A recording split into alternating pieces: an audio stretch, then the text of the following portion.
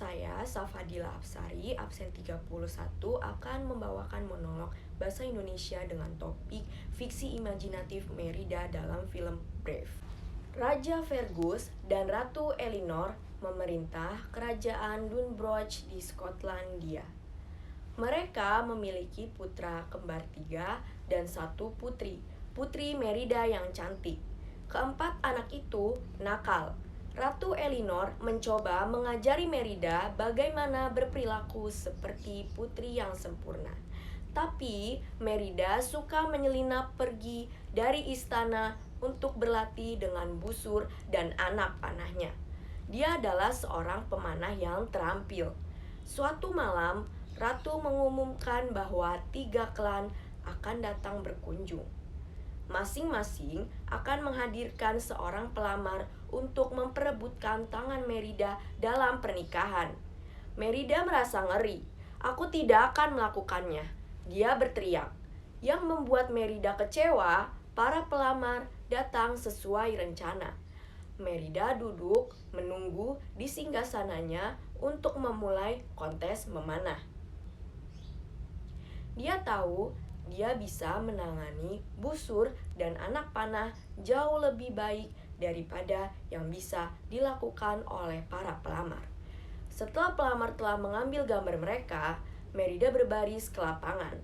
Ratu berteriak agar dia berhenti, tapi Merida tidak mendengarkan. Dia menembakkan panahnya dan mengenai setiap target di tengah. Dia telah menang. Sekarang dia tidak perlu menikah dengan siapapun. Ratu Elinor sangat marah pada Merida karena merusak kontes. Dia memperingatkan bahwa segala sesuatunya perlu diatur dengan benar. "Pernikahan adalah apa yang Anda inginkan," teriak Merida. Kemudian dia memotong permadani yang menggambarkan keluarganya dan melarikan diri. Merida melarikan diri jauh ke dalam hutan, di mana kehendak biru misterius membawanya ke sebuah pondok. Di dalam, dia menemukan seorang penyihir. Merida memohon padanya untuk mengubah ibunya. Sang penyihir memberi Merida kue mantra. Kembali ke kastil, Merida mempersembahkan kue itu kepada ibunya. Dia memperhatikan dengan cermat saat Elinor menggigit. Pada awalnya tidak ada yang terjadi, tapi kemudian Elinor merasa mual.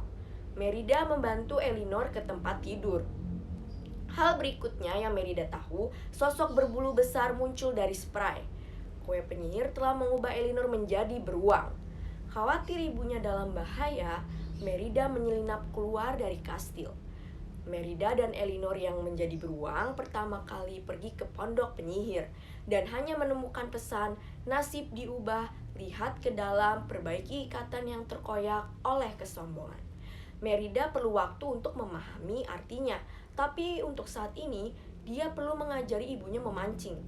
Merida menyadari bahwa untuk memperbaiki ikatan dan memutuskan mantranya, dia harus memperbaiki permadani yang robek.